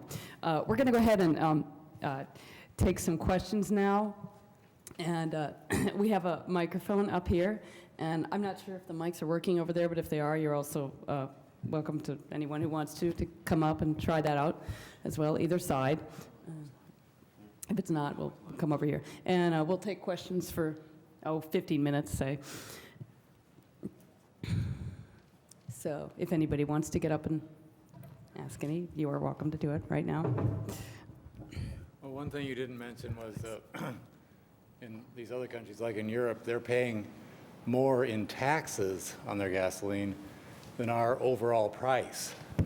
Now, at the risk of making enemies, could you comment on that? Like, what could be done with that kind of income? Right. You know, one of the things about opposition, perhaps growing opposition to taxes in America, is my thought that it's very understandable in the sense that, as I said, our public realm is so miserable that a lot of people think, why would I want to waste more of my tax dollars on the misery that we have out there in the public realm? The government's not doing its job. It's providing the public realm that's miserable. I'm much less motivated to have my taxes increased to help pay for this. But if we create the high quality of life that we see, the high quality public realm we see in Europe, I believe we're much more likely to have citizens be more sympathetic to paying higher taxes, perhaps. It might be naive to think that, but I really believe that if we have a high quality of life in our public realm provided by our public local governments, then I think people are more willing to tolerate taxes than they are today. And I think it's understandable that people oppose taxes when governments are delivering what we're delivering in our parks and streets and sidewalks.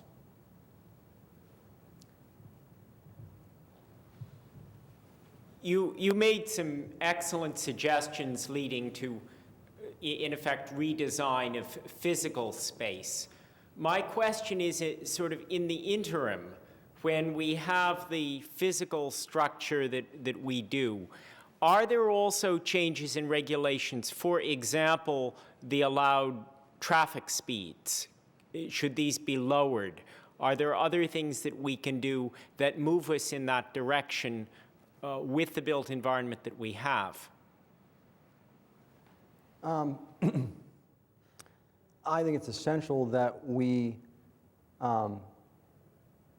redesign our streets to be lower speed streets.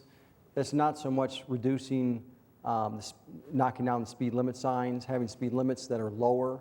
That needs to be concurrently coupled with designing streets for lower speed travel.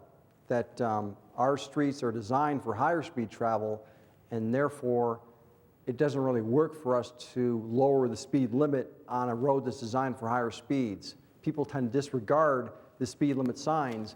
It only is effective if you're designing the streets that obligate low speeds. If you want lower speeds, you design the streets for lower speeds, I see a lot of streets that are designed for low speeds with cars going at high speed on them. Right. Well, sometimes that's going to be a problem of design, but also true too is that, and I point this out in my book, is that it's very important that citizens have lowered expectations for how fast they can drive. And very, very often Americans have, for a long, long time, been conditioned to be able to expect to drive at high speeds throughout the community. And we need to work at rationing down those expectations for speed incrementally. It can't happen overnight because we have expectations to drive fast. So we have to incrementally move towards a lower speed world. And we need to also send a very visible message to a motorist. For example, when they travel into downtown, they need to very visibly see they're entering a low-speed pedestrian zone. Because oftentimes we don't send the proper signals. And the signals are really important as gateways, gateway signaling to motorists that they're entering a low-speed environment. And you design, for example, you design your traffic signals so they're lower post-mounted signals. You have lower street lights. You have more modest sizes, more modest spacing. That very visibly sends a message you're entering a low-speed pedestrian environment. So those are steps that are really important. Yes? Touching more on that, by the way, I'm Tim Miller, I'm with BTOP, and thank you for coming this evening and speaking to us. It's very easy to say we can put up, we can have lower speed areas and put up signs at lower speed. How do we enforce that? If we look around Bloomington, it's getting harder and harder for them to even stop at stop signs correctly in this town.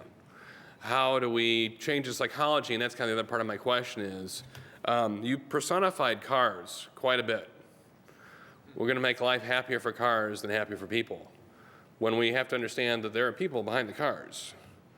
Not only are there people driving the cars, there are people making the cars who want us to drive the cars. And it goes back and back and back, all forcing the cars to be made. How do we combat the psychology now of getting people to, they usually believe that I'm going to get in my car and just drive anywhere from, taking other forms of transportation. Well, I think it was Churchill who said that we shape our buildings and buildings shape us. I'm really firmly convinced that the way we design our communities really shapes the way we behave. And over time, it will change our behavior. A lot of our design has really shaped our behavior in, unfortunately, negative ways for several decades now. I had only a brief time in Bloomington, but I can say without hesitation that by far the first change I would make if I was in charge of Bloomington, the first thing I would do, nothing else is even close, the first thing I would do in Bloomington is I would incrementally convert all the one-way streets back to two-way operation. Nothing else comes close to that from my point of view, from what I've seen. One-way streets inevitably result in a lot of speeding, a lot of inattentive driving, and it also, I noticed this as a bicyclist on one-way streets, I also noticed that one-way streets encourage impatience on the part of motorists. Motorists on one-way streets think that they have this authority to drive freely and without delay because it's a one-way street, there's no friction. They can just drive without paying attention, and as a result, they feel more impatient when they're on a one-way street. They're more impatient of any delay, for example, from a bicyclist. They get impatient more so on a one-way street than on a two-way street. The two-way street providing more friction, therefore slowing down cars and forcing cars to drive more safely and attentively. One-way streets is really, really hurting Bloomington, really hurting businesses especially, I believe, because those one-ways are becoming drive-throughs and not drive-tos. And at the beginning of a college school year, it tends to make them also go the wrong way on the one-way street. Yeah, and you actually, the one-ways also increase travel distances. A lot of people have to double back because one-way means oftentimes they can't go directly to someplace. They have to double back. And not only that, but for newcomers to a city, the one-way streets cause tremendous problems and confusion because you often don't know where you're going, or you you often have to backtrack and are surprised by a street going only one way, and it's really difficult and confusing, especially if you're a newcomer to the city. So by far, one-way to two-way is real important and needs to be part of what happens incrementally in this city. Hi, thanks for being here. Bloomington and many other cities have been with concern of the possibility of an interstate coming through on our west side of town, which would essentially divide the east side from the west side, and that's been an ongoing debate in the state and especially in Bloomington. Have you seen evidence of other places? I know you're more focused in your discussion about downtown areas, but the impact of something like that coming through a place where we right now have access for, pass-through traffic east and west, even though it's sometimes narrow, but what do you see as that being a impact potentially? And it could be a toll road on top of that. A new interstate. Right. I haven't really had much experience, unfortunately, with the creation of new interstate corridors. I've never been part of a community that's experienced that. I can speculate what the impacts would be based on what I see in communities that do have interstates nearby.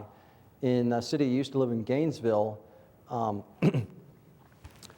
enormous amount of retail was drawn to the interstate because that's where all the car trips were compared to more in-town locations. You're going to see a lot of your retail pulled to the interstate as a result of the interstate. It's not going to be a growth in jobs. You usually don't see a net growth in jobs. You'll usually see a shifting of jobs in retail from one location to another.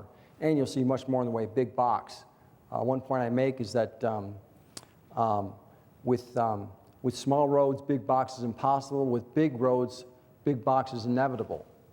Okay, you really can't stop big box with regulations. Once the big roads go in, they're pretty much inevitable because big boxes need the regional consumer sheds to survive, and that's what the big roads provide. The big interstates especially provide the regional consumer sheds, so they get consumers from all over the region.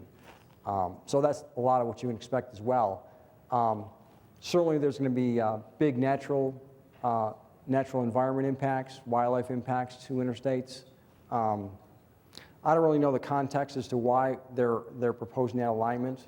Obviously, they're talking about regional movement of trips, not so much local movement of trips. In fact, it's very commonly the case that nearby urban areas often inappropriately, for the planners at least, inappropriately use the interstates for in-town or urban travel, which ends up congesting the interstates near the urban areas. Not expectedly. We don't expect the interstates to be carrying those trips, and yet they often do because people find that they can go north, south, or east, west more quickly on the interstate, even though it wasn't really designed with that intent. So that's part of what you can expect too. Toll roads, what do I think of toll roads? Is that part of your question as well? Motorists are the most subsidized group in America. We subsidize them heavily, and we really get a much larger number of car trips than we would normally had we not subsidized car travel so much. Free parking especially is the biggest subsidy in America by far. Free parking really, really promotes car travel because the subsidies are so huge. It's just mind-boggling how high those subsidies are and how little we know that they are subsidies. Things like toll roads can be a way in which we internalize those costs. We have more in the way of user fees for road travel. And so toll roads can allow us to have just the people using those roads pay for those roads instead of having the entire community pay for the roads, even if they don't use those roads. For example, bicyclists and pedestrians and transit users shouldn't be paying for those roads through their taxes if they don't use them. Toll roads is one way for us to have only the users pay, which makes more economic efficiency and more equity when we have users pay through toll roads or through congestion fees or whatever. In fact, some economists say that you can test the need for a road based on willingness of motorists to pay a toll for it. If you can't get enough toll revenue to pay for that road, then apparently your community does not desire that road enough and it shouldn't be built from an economic point of view. Only if you get enough toll revenue to pay for that road without taxes can it be justified economically. Thank you. Okay, we got about 3 more minutes, and that's probably time for one more question. Seeing nobody else is up here, I'm going to submit one. Dom, last week at the City Council, one of our councilmen read a letter from a downtown business owner reflecting the common misperception that pricing parking downtown would hurt downtown businesses. Years ago, we had meters in these streets. I think when I came here as a student, they were taken out mid-'80s or so, and a lot of people, unfortunately, including many downtown business owners, seem to think they have bought in this idea that we have to have free parking because the suburban areas have free parking, the malls, and if we're going to compete with them. What do you do in that case? Is there a data I can point to, websites, research, simple, concise facts or photos or something that shows people like this that it is not really the case that pricing parking will hurt our downtown businesses, but in fact help them? You have any suggestions about that? I do, if I can remember the name. There is a city in California. Pasadena, thanks. Donald Shoup talks about that a lot. Bringing business owners to see Pasadena's experience, I think, is a real effective mechanism, because I believe there was real opposition from the local downtown businesses to Pasadena's initial effort to install parking meters in their downtown. And as I understand it, the downtown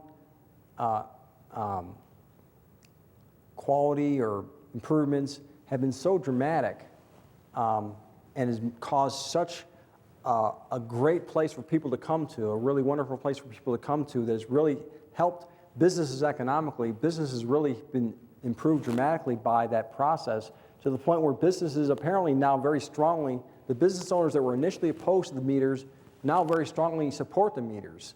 But part of that was that that city said, we will dedicate those revenues to downtown. It's only going to improve the downtown, not all of the community. It's going to all be dedicated to downtown, so only the downtown businesses are benefiting. Therefore, downtown business owners become political supporters and constituents of the revenues from the parking meters, and they want the parking meters now because they can see it's only benefiting them, and they can see very clearly that it's really helping their businesses. So I would say field trip to that city. Great. Talk to those business owners. Thank you. Wow, that was really interesting. Thank you so much. We're so glad you were able to come here and talk to us tonight. I do want to say quickly, the talk here in Bloomington was was arranged in part by BTOP, that's us, Bloomington Transportation Options for People. We are an all-volunteer nonprofit organization dedicated to making everything, life better generally in Bloomington, more sustainable, more affordable, more fun, by making it easier to get around this area in any way other than by a car. We're not against cars.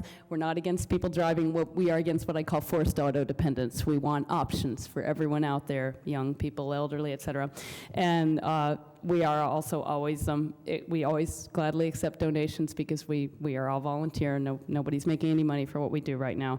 I do want to mention again, we have a few speakers coming in the near future. Robert Severo, an expert in urban mass transit planning, will be here on November 29th. That's a Thursday, here again at Showers, 7 p.m. And Dan Burden is coming.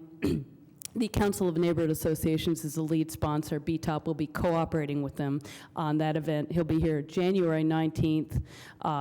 We're just about to confirm the date, but we pretty much have it set that it'll be 10 a.m. That's a Saturday, January 19th, 10 a.m. at the Public Library, Monroe County Public Library Auditorium. And we'll be sure to send out more information on that closer to the time.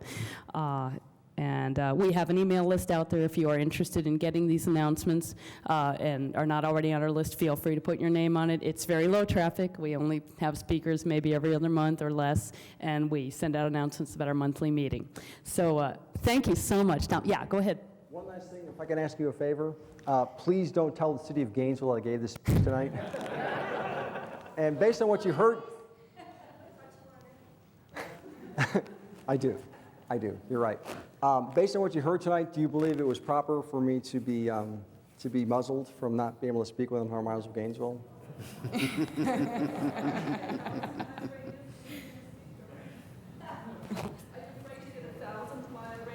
I think you're still out of the 1,000 mile. No, maybe not. Right on the edge. Thank you. So much.